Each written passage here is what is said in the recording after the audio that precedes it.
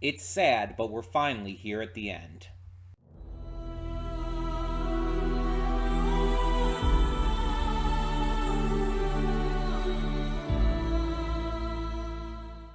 Hey everyone, welcome to Princess of Gay. I'm your host Connie, and today we are here with my blind reaction to Sandland, episodes 12 and 13. So, I talked about last time how I wasn't sure if I was going to do the last two episodes together, but I have decided to do so. And there's actually a reason. There's three shows this week, Tuesday, Wednesday, and Thursday, that if I choose to do like all, if I could choose to finish all of them up at the same time, and it makes it so much easier, like with changing up the channel banner and everything, and the little schedule pop up for the videos. It'll just make it so much easier. And so I've decided like we're just gonna get to all of them this week instead of having to switch like one of them out next week or switch two of them out next week or something. We're just gonna do it all in one go. And so the first one of those this week for doing that is Sandland. And it does suck that we are at the end of this series. It really does. Because, like I said, like I've been saying, I love this series. It's my favorite thing I've been reacting to lately. It's just that good. And there's not going to be any more of this because of Akira Toriyama's passing and everything. It's like this is kind of his last legacy. This and that Dragon Ball Daima series coming. This was only meant to be a single season show, anyways. It was the first 6 episodes touching on the original story from the manga, and then the second or the last 7 episodes being a new original story just to basically fill out the core. But the original story was, made and supervised by Toriyama himself, and so it's proven to still fit with his style, his writing, his quality. And like I've said before, I've never been like the biggest Dragon Ball fan, but I acknowledge what it's done, and I acknowledge that it does have some great moments and parts to it. It's just not as entirely my thing as like other stuff out there. And I've also said it before, but I think Sandland, for me at least, is better. I think it appeals more to what I look for in a show in terms of story, characters, fun, and everything. And I just like what it does with all of its humor and just depth and world. It just feels to me, even though it's like just insanely shorter because it was just a one shot in the manga, it just feels to me like a more complete, enjoyable series than Dragon Ball, which, let's be honest, Dragon Ball is pretty much the same thing over and over. It's like, oh, new alien villain comes to attack. Alien villain is too strong. Goku has to power up to defeat alien villain. And on one occasion, Gohan. Um, it's like the same thing over and over and over. And it's like, it's just it's so by the numbers that it kind of becomes boring after a while. It doesn't do anything too unique. It doesn't switch things up enough.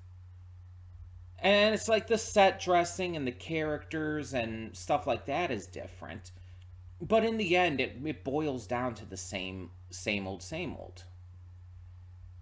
And that's kind of why, in a lot of ways, I lost interest with it. And I really used to be into it a lot more. But Sandland, on the other hand, is very unique. I mean, it only has 2 arcs, for the anime at least. And both of them are quite a bit different. Like there's some similarities, of course, having to take on the military of both, but the reasons are different. The motivations and ways they go about it are different. Even the motivations of the villains are very different. Because in the first arc you had Why can't I think of his name right now? That always happens to me. The Supreme Commander, Zeu, that was it. You had Zeu, whose entire goal was basically to, um, at this point, keep control of Sandland. He locked all the water behind this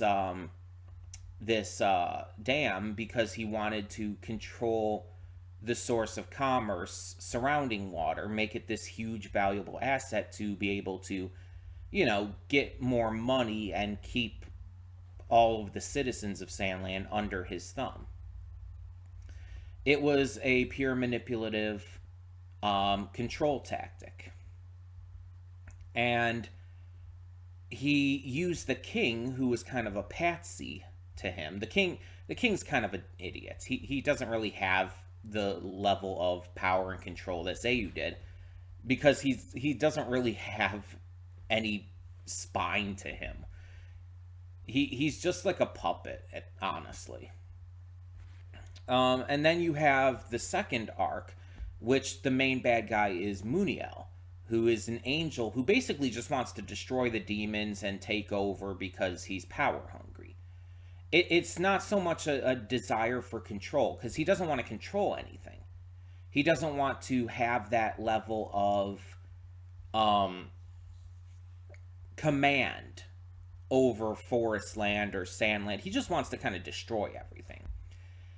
And he's teamed up with Bread, who basically just didn't like the way that things were being run before, and has this kind of seeming vendetta against the demons, the fiends.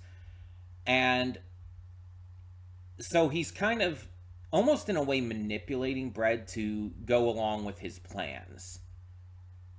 And Bread does so because it goes according to his goals as well. And yeah, they're basically just looking to take everything out. It's a very different reasoning. And unlike in the first one, we have like this entire rebel army.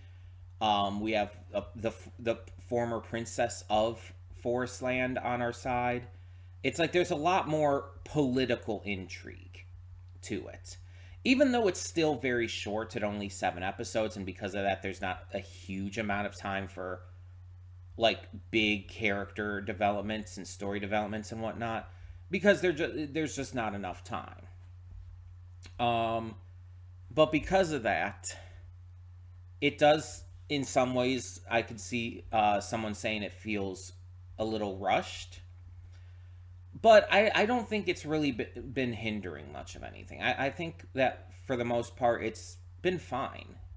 The pacing has worked out. It hasn't really needed big character developments and stuff, because it's really not that kind of series. It's not that kind of series that really needs to focus on that. It's more about the fun and the action and the goofiness, the humor. It's not so much about, like, making this into a well-developed, in-depth, nuanced story. It's not meant to be. That's why the villains in this are so, like, I wouldn't say one note, but very simplistic. They're bad guys. Well, in each arc, you have a bad guy and then a bad guy who actually is not a bad guy, but is being manipulated by the main bad guy. Which kind of makes me think Bread is going to be redeemed. But it's kind of unclear. Bread is either going to be redeemed, or he's going to be, like, just too stubborn to be redeemed. It's one of the two. And I don't know which one. Because with Bread, he's definitely very different than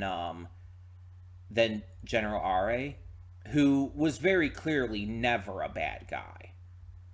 He was very clearly just doing what he thought was right and what he thought he needed to do for the sake of Sandland. But Bread definitely has a lot more of a chip on his shoulder, so it's a little more unclear about what they're going to do with him. So I'm kind of curious to see what they choose to do. Like I said, he's either going to be redeemed, or he's going to be too stubborn in his hatred of the demons, and the fact that because of, I guess, a battle and everything, he was turned into a cyborg. It's like that stuff's going to make him too stubborn to be redeemed, and he's going to go out with his pride kind of thing. It's one of those two options. I'm not sure which one, but he's clearly not as much a bad guy as Muniel, who is the main villain of the second arc and is just, fucking terrible. Again, it's not subtle. It doesn't hide it. It doesn't try to make it nuanced, because that's not the kind of show this is. It doesn't need that nuance. Muniel's just evil. He's just a terrible being. And just like Zayu in the first arc was just an evil bad guy. No redemption possible, no nuance there, no reason for it. They're just bad. But I do like how it does include both of those sides to it. Because again, you had RA, who was never really a bad guy, but was working with them and on the side of them, because he felt it was right, and because of what happened with his father and stuff, who he looked up to. And then Bread, his reasoning is just because he's grumpy that he got turned into a cyborg because of, battle scars and shit. And then he, just doesn't like demons. So there's kind of a racism thing there, but again, there's not a huge amount of nuance. It's still very simple. And again, I like that. So I don't know how this is going to end. I don't know what's going to happen with Bread, but I don't know how they're going to fight Muniel either. Like, Muniel doesn't seem like super powerful, but these two also have Garum, although our heroes are now on Garum, so that I guess helps. But they're also going to be very well prepared for this kind of assault.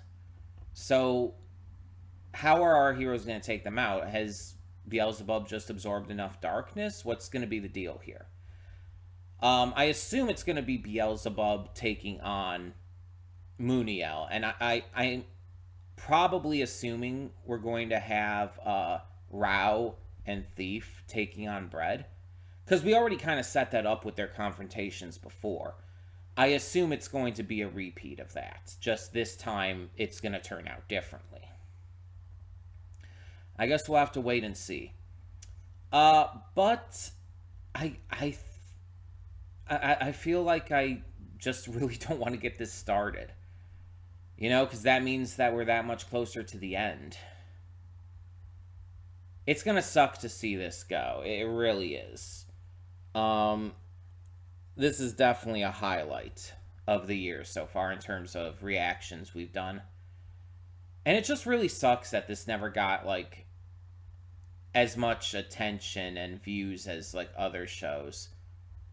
It's like there's other shows on here that I just don't think are as good, and I feel like not enough people are just watching this. And it's not even just on the channel. It's not even just with my reactions. Just in general. I feel like not enough people are watching this show. But I think that was also because of poor marketing and, other shit going on. And it sucks, too, because it's like, this is Akira Toriyama. This is one of the biggest names, if not the biggest name, in manga and anime.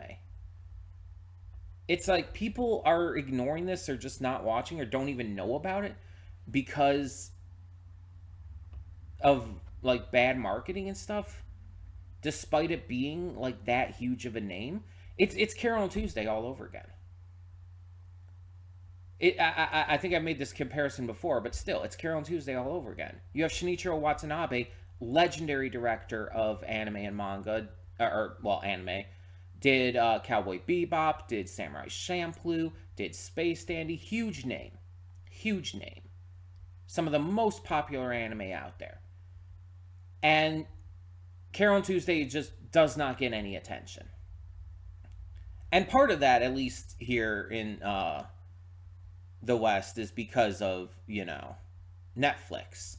Netflix got the rights to the series, and because of that, it was in Netflix jail, and you had to wait, like, 6 months just to be able to watch it legally. quote unquote. Watch it on Netflix. You had to wait until basically the first half of the series had already been done, and then they just dropped the batch on Netflix. And then you had to wait like until the entire second half was done to continue it. Netflix should not get anime, honestly.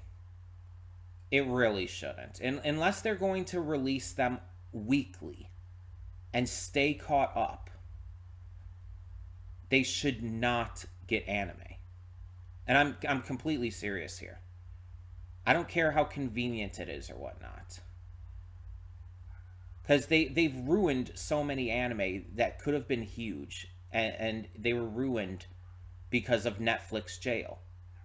Carol Tuesday, JoJo's Bizarre Adventure Part 6, you had Dorohedoro, you had Great Pretender, all amazing series that should have got so much more attention than they deserved. Or than they should have got more attention than they did. They deserved more attention than they got. That was a slip of the tongue. They deserved so much more attention, and they didn't get it because of Netflix jail. People moved on to other stuff and just weren't interested anymore. It's terrible. And the funny thing is, they're doing Delicious in Dungeon and releasing that weekly, and it's like, that's such a huge show and it's doing so well because they're releasing it weekly. It's just more evidence of how fucked up and terrible the binge model is. It just continues to show how bad it is. But I'm not going to rant on for any longer. We've ranted long enough. Although I don't want to get this started, we gotta do this. So let's do so. But before we get this going, I do want to remind you all that we do have a lot of other great content to check out on the channel. Between Monday and Friday, we have a plethora of awesome series reactions. And on Mondays, we also do YouTube, or at least YouTube adjacent reactions, shorts, specials, miniseries that just don't have a lot of episodes, or just stuff on YouTube. Things that don't quite fit into a full series or movie reaction go in this slot. And speaking of movie reactions, we have those every Saturday and Sunday. Now, I pre-record them during the week, but they're uploaded on the weekend.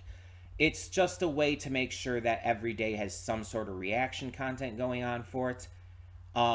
It just makes it easier for me to do as well. We also have a couple Let's Plays going on the channel. We are currently playing through Spider-Man 2 every day. It was originally only a couple days of the week, but I have now moved it to every day because I've actually finished recording it. I have finished recording the entire game, and now it's just a matter of catching up, so you guys can start to see the Let's Play stuff for the next game that's going to take its place. Been having an absolute blast with it. It's a phenomenal game. And I will tell you right off the bat, though, if you are new to checking it out, the first 9 parts have some audio sync issues. These were my first 2 recordings, parts 1 through 4 and then 5 through 9. And 5 through 9 especially has issues with the audio sync. This was because it was my first time doing a Let's Play via a capture card on my PS5. And so there's a lot of settings and stuff I had to try and get down, and unfortunately, because of this, the first 2 recording sessions were kind of my test bed for that. 5 through 9 especially has some notable audio issues. There was unfortunately nothing I could do because I didn't notice it until after I had already finished recording them. So there wasn't really anything I could do to fix it at that point. But starting on part 10 and everything after, the majority of the Let's Play, all is good. I figured out what the issues were, I got it fixed, and everything from that point on, from 10 on, should be all Gucci in terms of the audio sync. We're also playing through Anno Mutationum on Saturdays.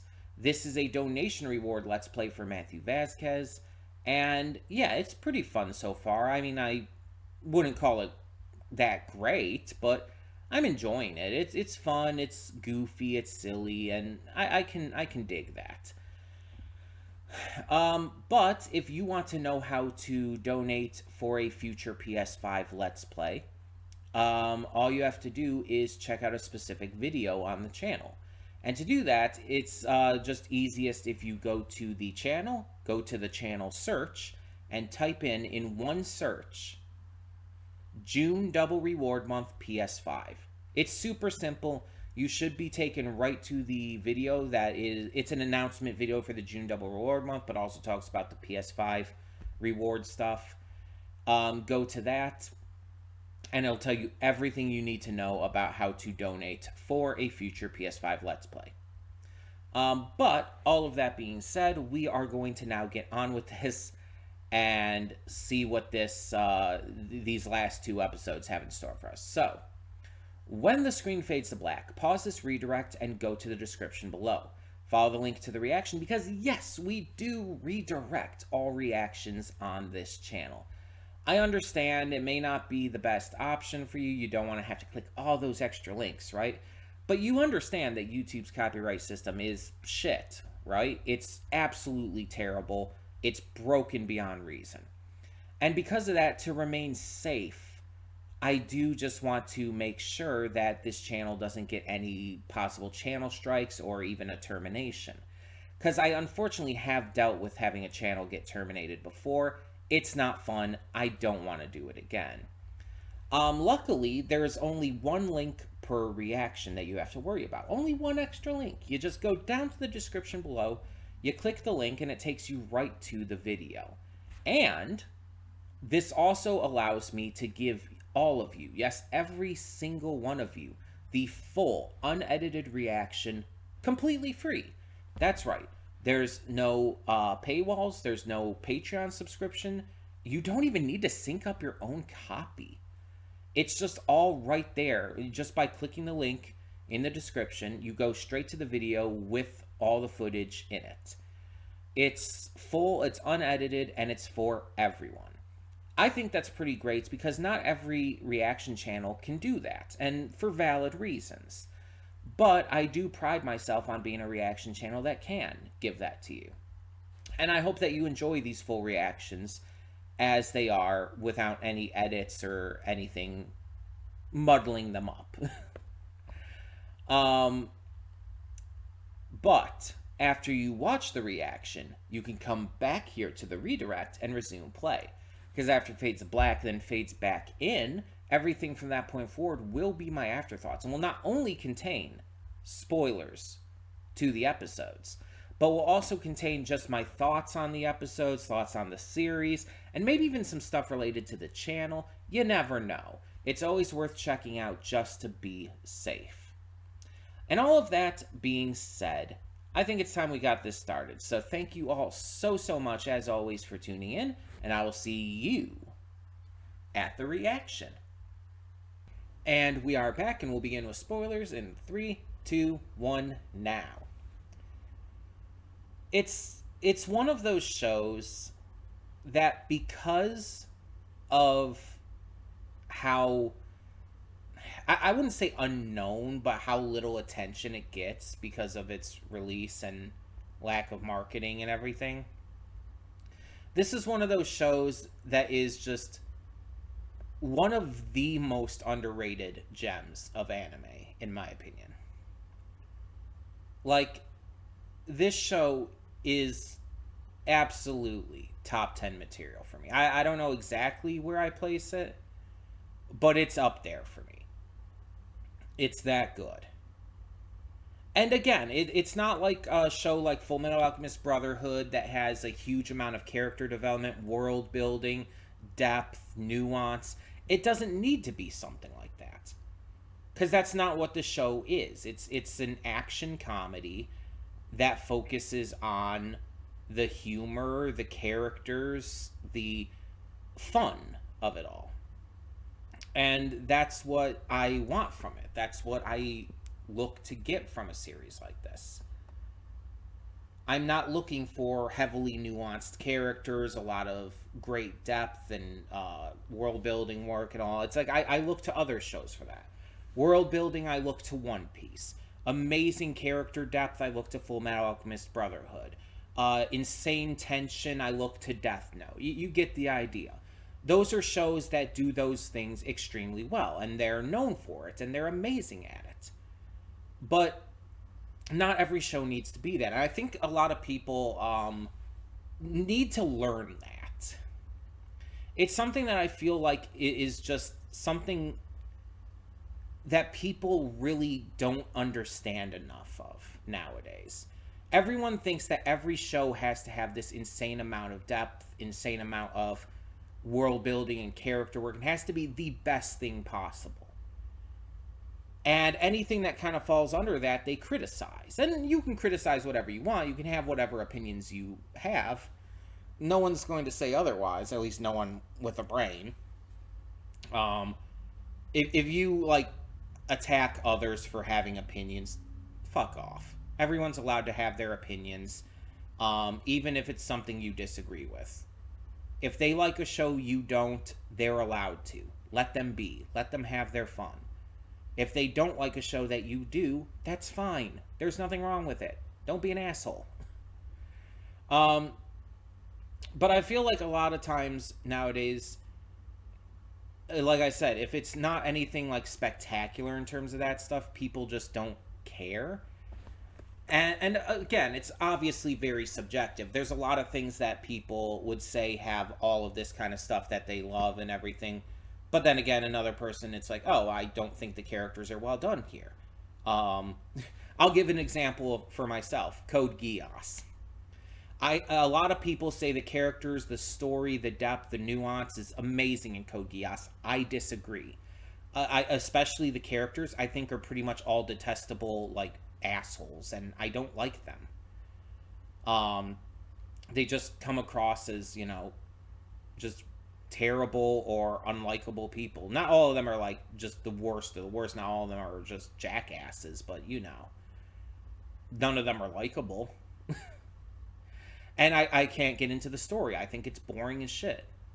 But a lot of people love it. And it's all opinion. It's all subjective. I have no problem with people loving Code Geass just because I don't. It's like, that doesn't bother me at all. Just, like, I hope it doesn't bother people that I like a lot of shows that are pretty widely disliked. Like Akame ga Kill. I think Akame ga Kill is great. Not the best series out there, but I think it's great. But it's a very widely disliked series. For some people, because it doesn't stick quite enough to the manga. And then some people just don't like it. Just in general. But I do. This is a series, though, that, again, just not enough people know about or have seen or just have heard enough about to want to check out. Because of the lack of marketing. And it really sucks, because this series is just so good, in my opinion. I think it just has so much to offer. And again, it's very different from Toriyama's other works, like especially Dragon Ball. But it's meant to be. And it does what it needs to do. It's not anything big or spectacular. It doesn't have like this huge nuanced story or amazing world building. It's fun. And sometimes that's all a series needs to be. Sometimes all you need is just fun. To take your mind out of it for a second and to just enjoy something as it is. Because the thing is, even though there's not a lot of that nuance and depth and world building and stuff, there's nothing inherently wrong with what is done in the show either. It just doesn't have all that great stuff. But it's nothing that, like, hurts it because it doesn't have that. And it doesn't have anything that is like an active harm to the enjoyment of the series. It just doesn't have a lot of that depth, and it's not trying to. Again, it's a very casual, simple show. And sometimes, like I said, that's just what you need. I've watched a lot of shows on the channel and on my own that I love having all that depth to, that I love being able to theorize about and think about and really digest, you know what I mean? But sometimes I like a show that I don't need to think about that heavily. Something that I can casually relax and have fun to. It's a relief. It's a break from all of that heavy stuff. And that's why I like to switch it up on this channel with that kind of thing. That's why I don't like to have just constant, nonstop, heavy shows. Even if they're good and everything, it's like sometimes it can take a lot out of me, especially because of my mental health issues and autism and stuff. It's sometimes very hard for me to watch stuff like that for too long. It's it's the problem I had with stuff like Doom Patrol. Doom Patrol's a great series, but it is so damaging to my mental health because it's a really fucked up and depressing series. And it did so much damage to my mental health that it actually put me in a very bad place. Watching it actually put me in a very bad place, and that's why I had to stop. And that's why I dropped Shameless as well, because I felt like it was going to do the same. I felt like it's a good show, but it's gonna put me in a bad place mentally and emotionally, and I didn't want to have to deal with that again after what Doom Patrol did to me, and even other stuff have done to me. It's it's the issue of like, oh, do I continue watching the show because it's good, or do I want to just not have my mental health broken? And sometimes I have to make those hard decisions. This is one of those shows where it's like you just sit back and relax and enjoy. And I've talked about this with other shows too, like when we did the first impression to the Spice and Wolf reboot. I talked about how like I can bring this back when I just really need a comfort show to watch, something comfortable, something just relaxing, something I can just like sink into without having to worry too much. And this is kind of what's going on with Big City Greens too. We came back to that last week, and that's definitely the vibe it gave to me. That's why it made me cry because it's like this is so just nice. It's like this series is just so nice and friendly and funny and heartwarming and likable. These characters are great and charming as fuck. It's like that's all you need sometimes. It's like Big City Greens isn't deep. But believe me, it's not deep. Not with these characters. Like Cricket is not deep. But it still gives us good emotional story beats, like with the parade and Gloria. I was trying to think of her name. With Gloria and the parade in the recent episode from last week, and it's like that was still an emotionally resonant moment, but it wasn't like super heavy or deep with it. It was just emotionally resonant while still being fun and cute and enjoyable. It's like that's it's kind of almost a middle ground because it's like you still get the charm and the fun and the lightheartedness while still getting elements of deeper shows. And I kind of dig that. But a series like Sandland is like it's not deep at all. It's not meant to be. It's just fun. There's some moments of light tension and everything here and there, but it's like it's the very stereotypical kind of tension that you see in everything. It's like, oh, the main bad guy has defeated the main good guy. How will this go now? It's like that they're going to do something to make the main good guy come back, to give them an extra boost of power that's going to turn the battle around and they're going to win. It's like it always happens. It's a trope. It's a trope. And a lot of people put this negative connotation on tropes, and it's like that's not fair because some tropes are just good. They improve a story, even if they are tropey, even if they are something that's been done to death.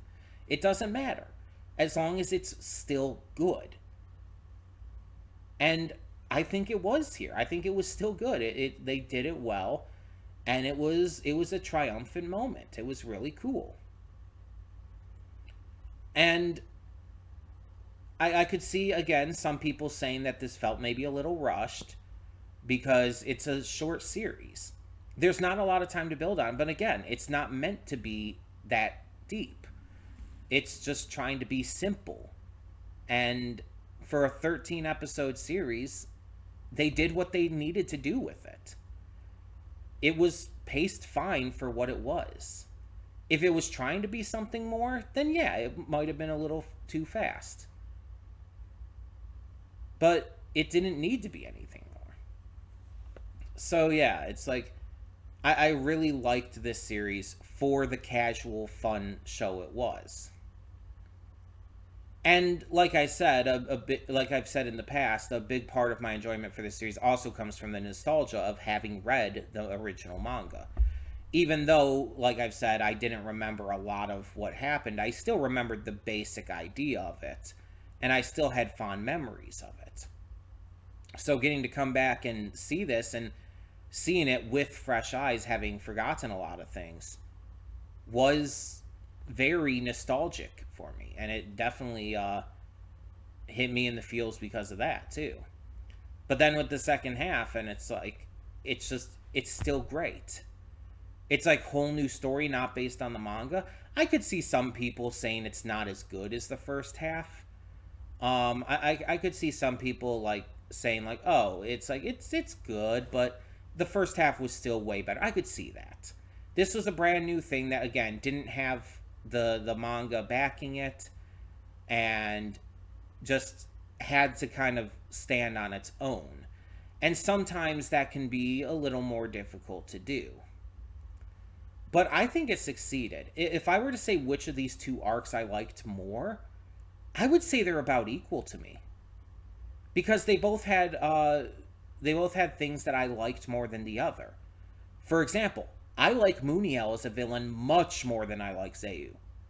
Like, don't get me wrong, Zayu's fine as a villain, but he's kind of boring if I'm honest. He's not really that interesting. Muniel is exceptionally interesting. He has so much fun to him as well. Zayu's just kind of annoying at best. Um, and honestly, annoying is a little much because that's giving him a little too much credit.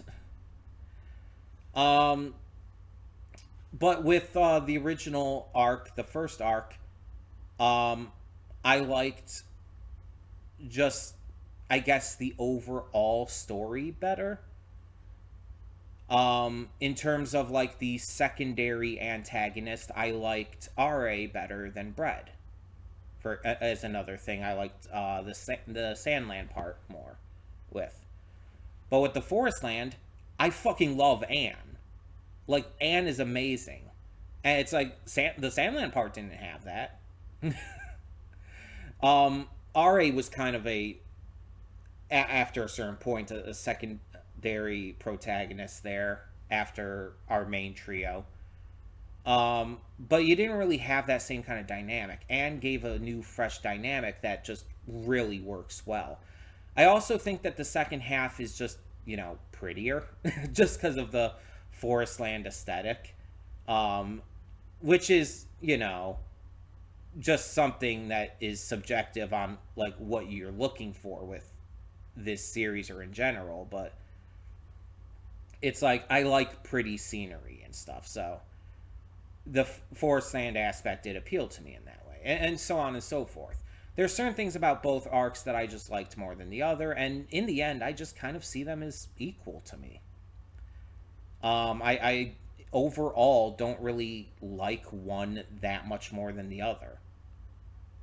It's just that close. In terms of the endings, let's talk about the endings. I feel like the ending of this arc had a little more to it. The ending of the first arc was very sudden. It's just like we beat it, and then it's like a little montage at the end. And they did the same thing with this one after we beat the main enemy. But you also had after you beat the enemy and everything, after Muniel's defeated, we also had to stop Garum. We had to stop the explosion it caused. And that connected into also freeing Lucifer and Lilith. It's like there were aspects of that just had more to the ending. Not to mention Anne's decision to stay on Garum temporarily to try and help with some things, and her plan actually succeeding and causing this heavy rainfall. It's like there's much more to the ending in this second arc that I think elevates it a little more too.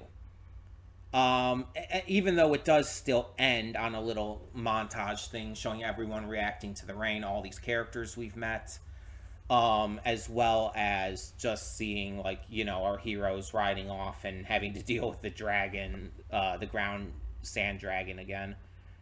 Um, I think it was exactly what it needed to be in the end. I think we got exactly what we wanted, and this series is just an absolute hit for me. Again, there's many series that I think are technically better in terms of how they're made, and many series that I think have a lot more depth and intrigue and character and world building to them. But in terms of just pure enjoyment, there's not a lot of shows that are higher than this for me. In just the terms of pure enjoyment and fun, very few shows have had this kind of impact on me. That's why I'm saying this is part of my top 10, because it's like it's that high for me in just in terms of enjoyment. It's that good. I don't know exactly where I would rank it right now. That's going to take a little bit of thought, but I would still rank it pretty high. Now, the question kind of comes as to what's next. Well, the journey of Sandland may not be over, at least for me, because I have this. This. This was on sale on Best Buy's website. I don't know if it still is, but it was $20 off. This is a fairly new game still. And $20 off is pretty darn good, I would say. I haven't opened this yet. You could probably tell from the glare and everything. You could kind of see the plastic is still on it. This is my first physical PS5 game that I have bought, by the way. All other PS5 games that I've had have been digital or games I've borrowed from others. So this is the first physical PS5 game that is actually my own. And again, I got it because of the sale.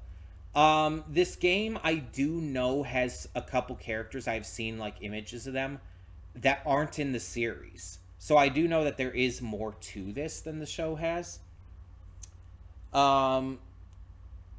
And I'm very interested to see how it expands upon the world and everything. It's kind of like this RPG game, so you're like going around in the different vehicles and whatnot, or on foot, collecting materials and stuff. And I do know that it does include both Sandland and Forestland, because I talked in the reaction about Mooniel being in it and everything. So yeah, I'm excited to get to this. I was debating on whether or not I wanted to end up doing this for the channel or not. And I think I'm going to do this on my own time. I think Sandland is something that because I reacted to the series, playing the game as well might be a little redundant. Because while there's some new stuff in it, I'm sure, that's going to be exclusive to the game compared to the series and the manga and everything, it's like a lot of it, let's be honest, is still going to be the story from the game. Or from the series. So it's like, it's going to be redundant going through that again. So I think this is going to be one I'm going to play on my own time. But I wanted to show this off, wanted to show you that I do have this, and I am going to be playing it, so my Sandland journey at least isn't over. So where does that bring us for the reactions? Well, as you know, Sandland was one we did as a first impressions. So where do we go from there? What do we do in terms of the next first impressions series? Well, I think that we're going to cut right here because I want to show you what we're going to do next. So, what we're going to do to replace Sandland, because I can't decide, is we're going to do a wheel choice. This is a website called Wheel of Names. It is a way of randomizing things, of picking things and everything. And so I've got like, I think 15 or so different shows on here that are on the list. Things that from previous, you know, first impression reactions that we could continue. Because I'm not really sure what I want to do next at this point. So we're going to leave it up to chance. So just to go over what we have on the list, we have BoJack Horseman, Sonic Prime, Call of the Night, Heavenly Delusion, Pluto, Carol and the End of the World, Delicious in Dungeon, Zom 100, Moon Girl and Devil Dinosaur Season 2, Show by Rock, X-Men 97, Blue Eye Samurai, Kim's Convenience, Agent Carter, and Metallic Rouge. Obviously, there's a few more than that we still have on the list, but I decided to go with these just because they're the ones I guess I'd be the most interested in continuing next. So yeah, there's like 15 or so options on here, and we're just going to randomize it. We're going to see what gets chosen, and we're just going to go with that. So all of these we've either started before, like Moon Girl and Devil Dinosaur Season 2, or we've just done the first impressions reaction on so far. Like mostly everything on here. So I'm excited to see what we end up getting. We're only going to spin this once. We're not going to do like a double spin or anything. Let us see what we get.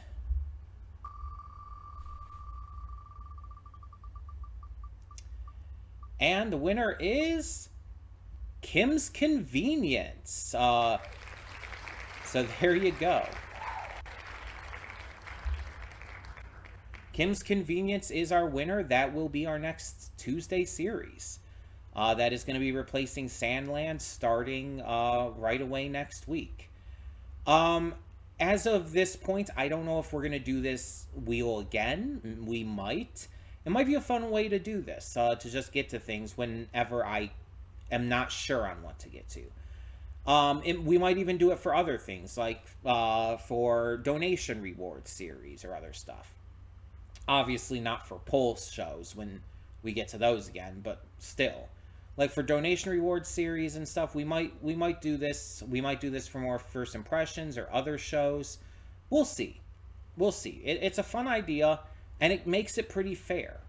It makes it so I'm not the one choosing, and we're just going based on whatever ends up coming up. Most of the time, it'll probably still just be me choosing for a lot of this, though.